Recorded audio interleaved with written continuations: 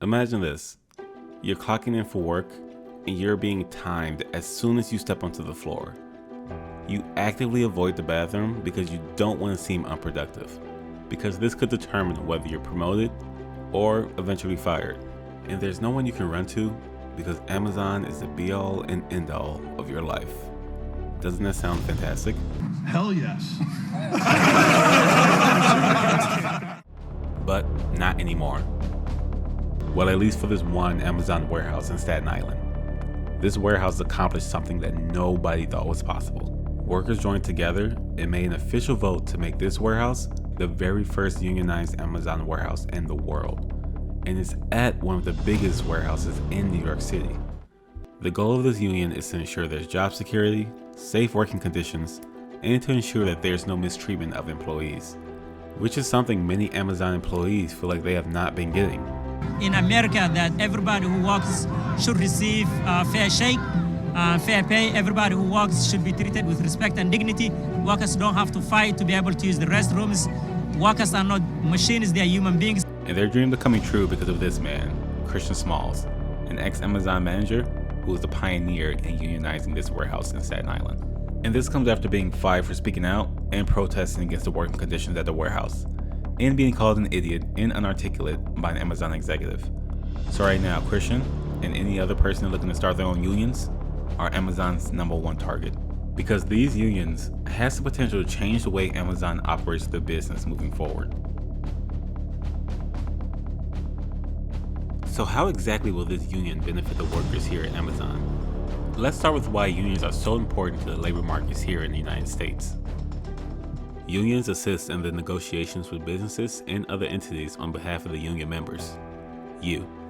Corporations are insanely powerful and have control over almost everything. Unions act as a medium of communication among the workers and the management. Thus, unions seek to protect employees and give them power as well. So the power imbalance slowly fades. But unions themselves are slowly fading away. Policies, globalization, and new technologies, which enable companies to produce goods at a significantly cheaper cost, are major reasons why there is a sharp decline in unions in the United States. As of 2021, union membership made up only 6% of the private sector. Union members are taken care of on so many fronts, such as pay, benefits, and treatment. So why wouldn't corporations want that for their employees? Because most corporations think they already give that to their employees, and unions kind of slow down their business plans. Union contracts can make it difficult for employers to make quick, major decisions or changes, and unions can limit the turnover rate for employees, so that employers can't hire as many people, and fewer people will be able to get jobs. Union support can lead to restrictions on firing employees, even those that perform poorly. These reasons can penetrate a system, even a system like Amazon, and Amazon was paying millions of dollars every year to make sure this well-oiled machine was not interrupted. If you worked at Amazon, I'm sure you've seen this training video, which states how Amazon would prefer if you not create a union and ruin what they have going here. But in recent years, Amazon has had to ramp up their anti-union efforts. The video was not as effective as they thought. According to federal filings, Amazon spent more than $4.3 million nationwide on these consultants. These consultants hold meetings with workers and try to dissuade them as hard as possible from joining these unions. And in Bessemer, Alabama, workers were required to attend these meetings where they heard anti-union talking points from these consultants.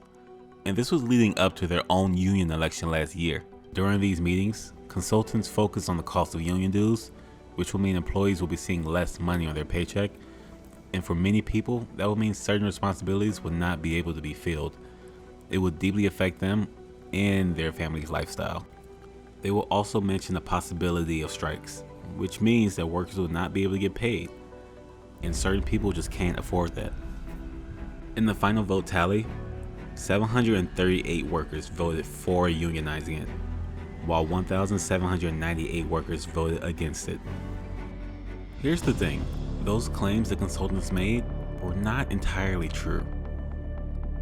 Studies find that unionized workers earn on average 11.2% more in wages than their non-unionized peers. And so if union dues are 1.5% of wages, which is the average, but you make 11.2% more than you did previously, you're still up 9.7%. But strikes are still a possibility, but more than 95% of contracts are settled without workers having to go on strike. And right now, at the Amazon warehouse in Staten Island, the anti-union consultants are now full-time, continuing to pull people aside and spread myths about unions. And they beefed up security outside the warehouse to control organizers, because right across the street, another Amazon warehouse will be voting on whether to unionize or not. So, a company that went decades without a single union might have two in the same year, and this could only be the beginning.